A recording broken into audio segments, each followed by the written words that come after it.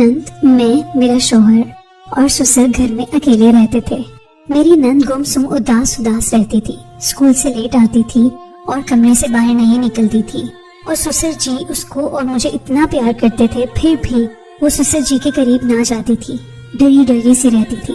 ایک دن شوہر رات کو نہ آیا۔ اس رات بہت بارش ہو رہی تھی، مجھے ڈر لگا۔ نند کے کمرے میں گئی تو قدموں تلے سے زمین نکل گئی۔ سسر جی اپنی ہی بیٹی کے ساتھ آج دوپہر سے ہی تیز بارش ہو رہی تھی اور رکنے کا نام ہی نہیں لے رہی تھی۔ مجھے بادلوں کے گرجنے اور بجلی کے چمکنے سے ہمیشہ سے بہت خوف آتا تھا۔ یہ میری شادی کے بعد کی پہلی بارش تھی اور میں ہمیشہ یہی سوچتی تھی کہ شادی کے بعد کی پہلی بارش میں اپنے شوہر کے ساتھ انجوائے کروں گی، لیکن میرے شوہر کا شام ہوتے ہی فون آ گیا کہ موسم بہت زیادہ خراب ہے، بارش کے باعث سڑکیں بند ہو گئی ہیں، اس لیے وہ آج گھر نہیں آئیں گے اور دفتر میں ہی رکیں گے۔ جیسے ہی بارش کا زور ٹوٹے گا وہ دفتر سے نکلیں گے۔ میں نے یہ بات اپنے سسر کو بتا دی کہ آج راشد گھر نہیں آئیں گے۔ میرے سسر نے کہا کہ تم پریشان نہ ہو اور میرے کمرے میں جا کر آرام سے سو جاؤ، فکر کرنے کی کوئی بات نہیں، اکثر یہ بارش کے موسم میں وہ دفتر میں ہی رک جاتا ہے۔ میں سسر کو بتانے کے بعد اپنے کمرے میں واپس آ گئی، لیکن وقت گزر ہی نہیں رہا تھا۔ بہت مشکل سے رات کے 2 بجے مستقل برستی موسلادھار بارش نے مجھے عجیب خوف زدہ کر دیا۔ بادلوں کی گڑگڑاہٹ سے میری جان نکل رہی تھی۔ میرے کمرے کی کھڑکی سے بجلی کی چمک دکھائی دے رہی تھی اور اب میں اکیلے اپنے کمرے میں نہیں رہ سکتی تھی، اس لیے میں نے سوچا کہ کیوں نہ اپنی نند سائرہ کے ساتھ اس کے کمرے میں ایک رات گزار لوں۔ میں ڈرتے بڑی مشکل سے اپنی نند کے کمرے میں جا پہنچی۔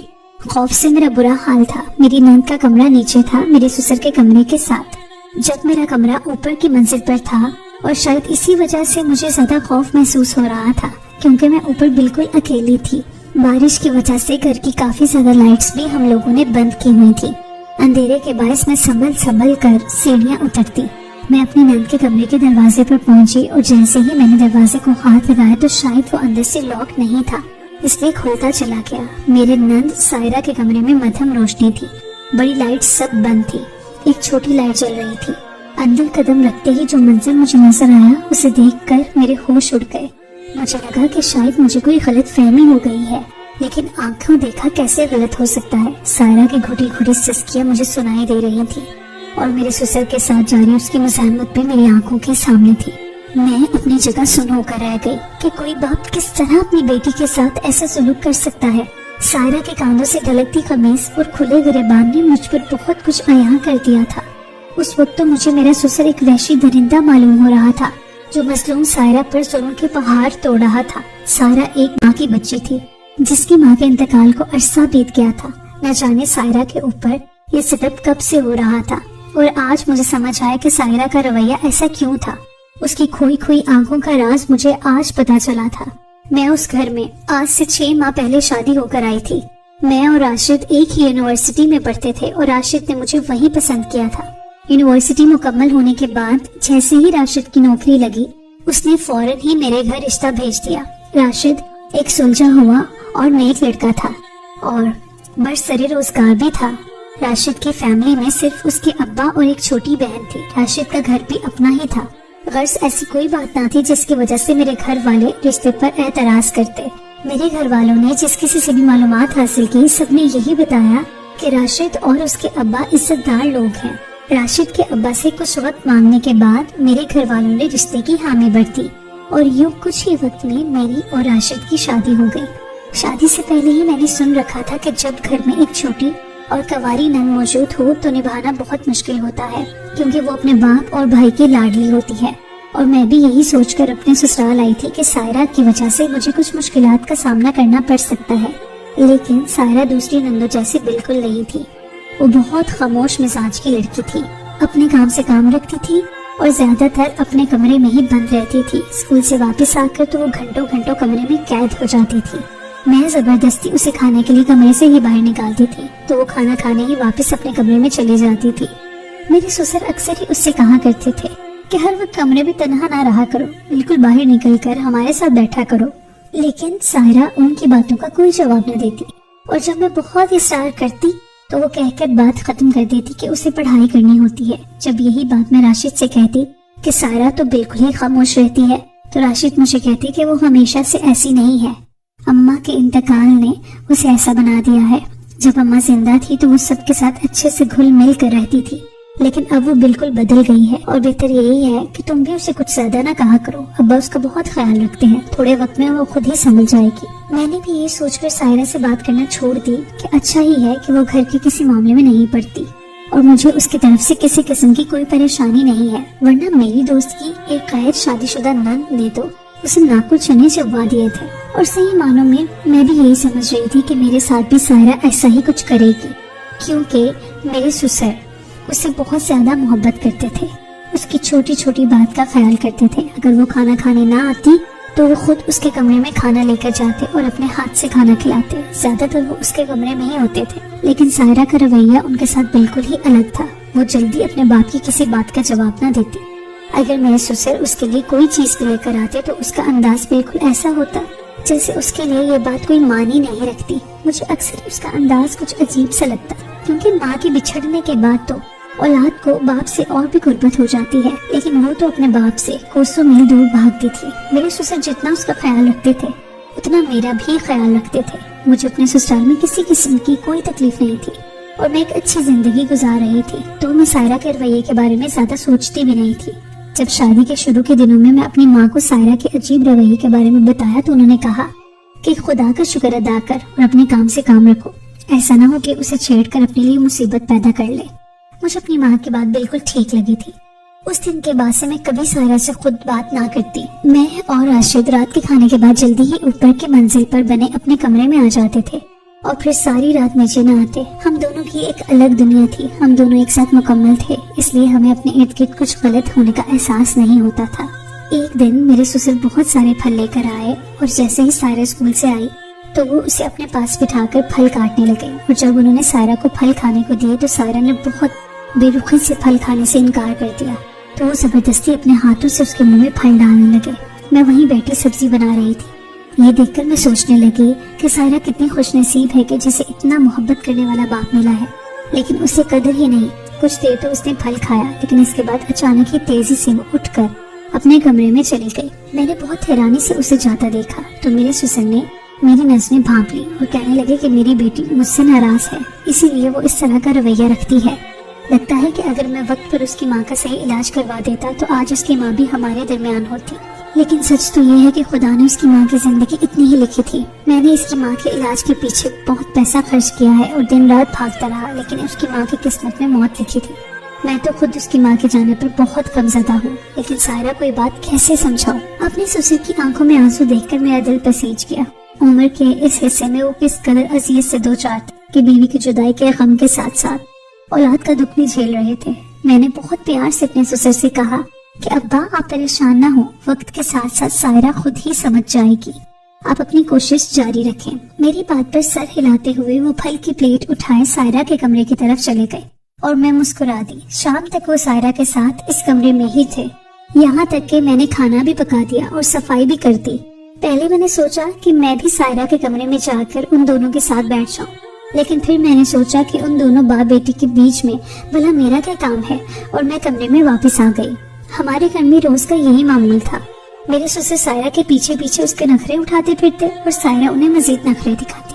کبھی کبھی تو مجھے سائرہ سے جلن محسوس ہوتی کہ وہ کتنی خوش نصیب ہے کہ اسے اس کا باپ ہر چیز مہیا کرنے کو تیار ہے، جبکہ میرے گھر میں میرے ساتھ ایسا کچھ نہیں تھا۔ میں اپنے باپ کی 5ویں بیٹی تھی، ایسا نہیں تھا کہ میرا باپ مجھ سے پیار نہیں کرتا تھا، لیکن جیسی محبت میرا سسر سائرہ سے کرتا تھا ایسی محبت اور توجہ میرے باپ نے کبھی مجھے نہیں دی تھی۔ میرا باپ تو ہم بیٹیوں سے ایک فاصلے پر رہتا تھا اور ہمارے حوالے سے جو کوئی بھی بات ہوتی وہ ہماری ماں سے ہی کہتا، لیکن مجھے کیا خبر تھی کہ میرے سسر کا سائرہ کے پیچھے پیچھے پھرنے کا اصل مقصد کیا ہے۔ اگر بارش اتنی تیز نہ ہوتی اور بجلی کڑکنے کی آواز سے میری جان نہ نکلی ہوتی تو شاید میں سب کچھ جان ہی نہیں پاتی کہ میرا سسر تو اپنی ہی بیٹی کو اپنی تسکین کے لیے برباد کر رہا تھا۔